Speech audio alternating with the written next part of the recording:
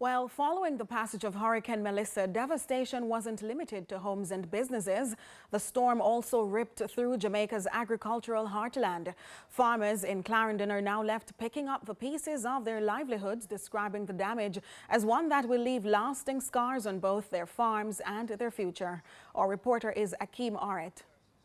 It's a heartbreaking scene across the farmlands of Redland in Clarendon. Fields once green and promising are now brown and broken. For the farmers in the parish, Hurricane Melissa didn't just uproot crops, it uprooted hope. Farmers say they have never witnessed such widespread damage. Yeah, man, I want to look this storm ever feel right now. Yeah, man, because everything was going right surrounded, you know. Yeah, must have a farm and thing, but house otherwise good still. But I farm and thing get damaged for me still. It's a really difficult position we're in right now, you know. For if as you look at my farm, everything gone straight to square one. You understand? So at the same time, there is life, there is hope.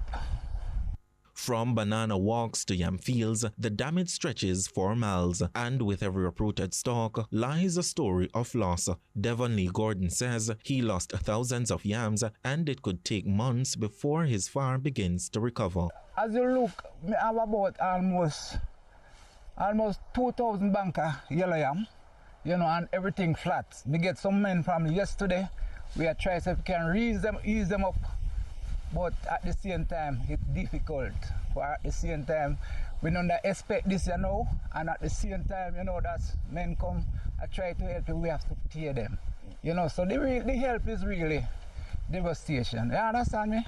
And as the farmers try to salvage what's left of their farms, the fear of a national food crisis is beginning to take root. Food price is gone up already. It gone up already. Yeah, people want food right now. Right now.